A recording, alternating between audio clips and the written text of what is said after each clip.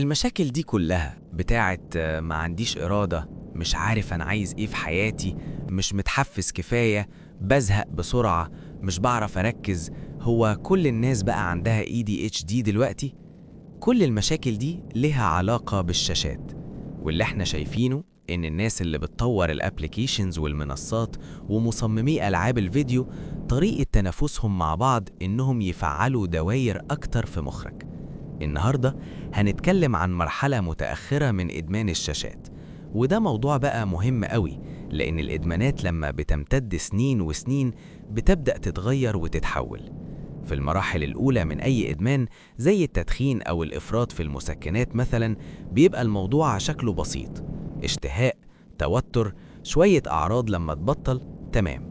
بس لما الإدمان يطول ويقلب مرحلة متأخرة، بيبدأ يأثر على أجهزة كتير في الجسم. تلاقي الرئة تعبانة، أو الكبد متأثر، أو الضغط والقلب بايظين، أو الجسم كله بقى مرهق. ولو بصيت للموضوع من بعيد هتلاقي تأثير الحاجة دي على المخ حاجة، وتأثيرها على باقي الجسم حاجة تانية خالص. يعني دكتور متخصص في علاج الإدمان مش شرط يكون متخصص في علاج مشاكل القلب أو الكبد اللي حصلت بسببه. وده بالظبط اللي احنا بنبدأ نشوفه دلوقتي في إدمان الشاشات في مراحله المتأخرة. في الأول الموضوع بيبقى واضح: مش قادر أسيب الشاشة. تبدأ مثلا إنك عايز تلعب فيديو جيم، وبعدين توصل لمرحلة إنك مش قادر تبعد عنها. تدخل الحمام تاخد الموبايل معاك، وبعدين بدل ما تاخد الجيم للحمام، لأ، تروح حاطط الكرسي مكان التواليت علشان تفضل تلعب وقت أطول بطريقة مريضة أكتر من أي بني آدم طبيعي. وده فعلا اللي بنبدأ نشوفه في المرحلة المتأخرة من إدمان الشاشات. ده مفهوم جديد نسبيا، لأن الظاهرة نفسها جديدة. الموبايل الذكي اتخترع تقريبا سنة 2007، يعني بعد حوالي 20 سنة من استخدام الشاشات. أنا كطبيب نفسي بدأت أشوف أشكال من إدمان الشاشات شبه جديدة تماما. والمشكلة الحقيقية إن معظم الحاجات اللي الناس بتشتكي منها: مش متحفز، مش عارف أعمل إيه في حياتي، تايه، إرادتي ضعيفة، أنا شايف إن دي كلها نتيجة لسنين وسنين من إدمان الشاشات. خلينا نبدأ بأول عرض من أعراض المرحلة المتأخرة لإدمان الشاشات: الملل القاتل.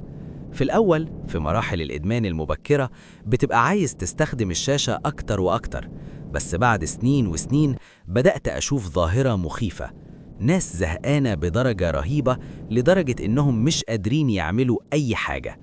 خلينا نشرح ده إزاي بيحصل. في الأول لنفترض إن عندي 3 مستقبلات دوبامين و3 جزيئات دوبامين. ده الوضع الطبيعي. أقرأ كتاب، مخي يطلع 3 دوبامين، أستمتع 3 مرات، تمام. لما أضيف الشاشات بقى، ألعاب، بورن، سوشيال ميديا، إفراز الدوبامين يزيد، بدل 3 يبقوا 6. الجسم بيعمل حاجة اسمها تكيف أو تحمل. لما تفرط في تحفيز مستقبل معين، المستقبل ده بيقل. زي الكحول والمخدرات والنيكوتين، الجسم بيقلل عدد المستقبلات. فالإشارة لسه قوية، بس الاستجابة بتقل. فبدل ما اللعبة تديني 6x متعة تبقى 4x، ومع الوقت الوضع يسوء. الألعاب تبقى أقل متعة، فأحتاج ألعب أطول، أزود التحفيز ل 9x علشان أحس ب 6x. المخ يقول كده كتير ويشيل مستقبل كمان، فتبقى عندي مستقبلات أقل وأقل. المرحلة الأولى الألعاب ممتعة، المرحلة الثانية الألعاب أقل متعة، المرحلة الثالثة باقي الحاجات في الحياة تبقى أقل متعة. وده ناس كتير جربته: القراءة، المشي، أي حاجة مش ممتعة. دلوقتي بقينا نشوف مرحلة جديدة: ملل قاتل. أي حاجة مش شاشة يساوي ملل رهيب لا يحتمل. القراءة تبقى زي التعذيب، مخك مش بيركز. تحاول تقول أشترك في كورس أو أعمل بوت كامب، بس أول ما تبدأ تحس إن مخك مش ماسك في أي حاجة. الملل القاتل ليه 3 علامات: إحساس قوي بالملل مع أي نشاط مش شاشة، توتر جسدي أو قلق لما تبعد عن الشاشة، عدم قدرة على التركيز في أي حاجة غير مرتبطة بالشاشات أو بالدوبامين العالي. والنتيجة ناس كتير تبقى مش قادرة تعمل أي حاجة في حياتها، لا تعليم ولا شغل ولا تدريب، تايهة. تاني حاجة مخيفة: فشل في فهم النفس، introspective failure. في الأول أشتغل وقت الشغل وألعب في وقت الفراغ، مع الوقت ده يضيع فرص، تخلص سنة كلية بدل ما تعمل تدريب في الصيف تلعب، ما تشتركش في أنشطة، تضيع فرص أكتر، تتخرج من غير تدريبات ولا أنشطة، تلاقي نفسك مش لاقي شغل. وفي نفس الوقت استخدام الشاشات بيقلل وعيك بمشاعرك. لما أحس بزعل أو قلق ألعب جيم فتتغطي المشاعر دي، فمع الوقت يبقى فيه خليط، فرص أقل وكبت مشاعر كتير. النتيجة مش عارف أنا عايز إيه في حياتي. في الأول يبقى عندك أحلام، مع الوقت الأحلام تضيق، تلعب أكتر، الفرص تقل، أصحابك يتقدموا، أنت تتأخر، تستخدم تكنولوجيا أكتر، مشاعرك تتكبت أكتر، وفي الآخر تبقى تايه تماماً، مش عارف أنا عايز إيه. والمشكلة إن المشاعر السلبية زي الحزن والعار والغضب ليها وظيفة، بتحفزنا نتغير. لما تكبتها بتكبت معاها الدافع للتغيير. نيجي بقى لتالت سمة، ضعف الإرادة.